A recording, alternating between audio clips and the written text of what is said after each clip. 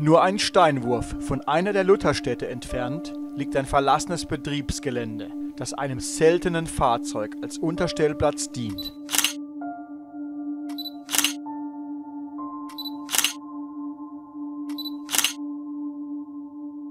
Tatsächlich ist es nur sehr schwer vorstellbar, dass sich hier etwas anderes befinden soll als verwaiste Hallen und rostende Maschinen. Doch schauen wir einfach einmal nach. Das Fenster steht ja offen.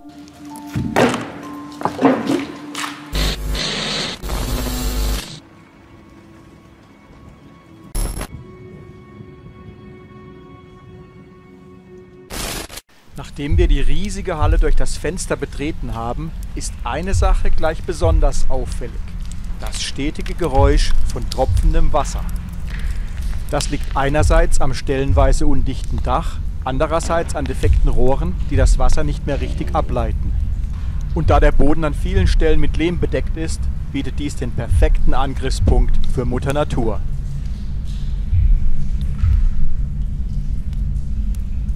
Doch deswegen sind wir nicht hier. Reparaturwerkstatt klingt schon einmal gar nicht so schlecht. Da schauen wir doch gleich mal rein. Okay, eine ganze Menge Spinte, aufrecht und umgeworfen, sowie etwas Stroh auf dem Boden. Beim Topfschlagen würde man sagen, warm. Doch wieso warm? Und überhaupt nicht nur etwas Stroh auf dem Boden, sondern sogar ein ganzes Strohlager. Warm ist aber nicht gleich heiß und deshalb müssen wir weitersuchen. Also zurück in die riesige Halle mit dem schön angelegten Naturgarten in der Mitte.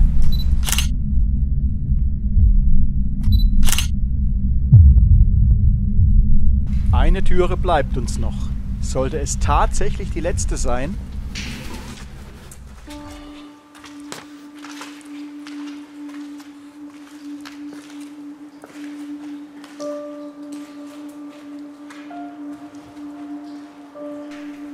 Heiß! Eine alte Leichenkutsche an einem Ort, wo sie eigentlich nicht hingehört. Das nenne ich mal eine Überraschung. Zeit für eine genaue Inspektion. Die beginnt vorne an der Deichsel und dem, was vom Geschirr zum Einspannen der Pferde noch übrig geblieben ist. Wie man sieht, sind die Metallteile der Achse extrem verrostet und der Sitz des Kutschers zeigt Auflösungserscheinungen. Schimmel breitet sich großflächig aus und auch die Pflanzenwelt hat ihren Platz gefunden. Leider liegen überhaupt keine Informationen zur Leichenkutsche vor. Alter und Besitzer bleiben unbekannt.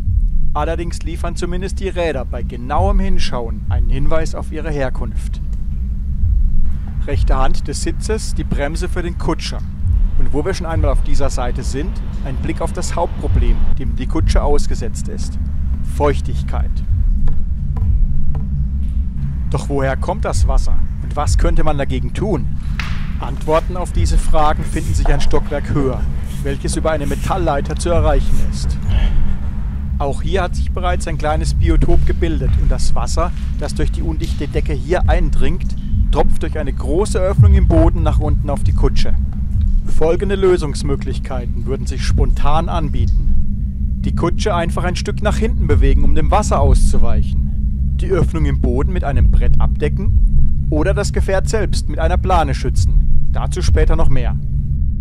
Abschließend noch ein Blick auf den hinteren Teil der Kutsche, wo früher einmal die Särge transportiert wurden.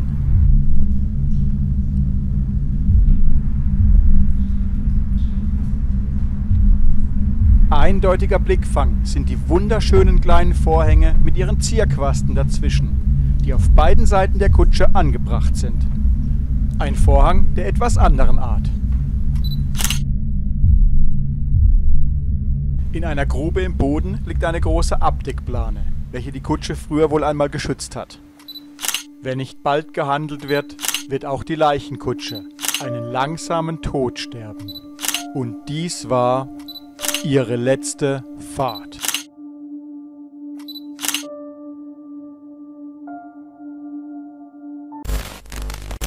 Vergesst bitte nicht, meinen Kanal zu unterstützen, indem ihr ganz einfach auf Abonnieren klickt. Vielen Dank. Mehr von den Lost Place Tapes findet ihr auf Facebook und natürlich auch auf Instagram.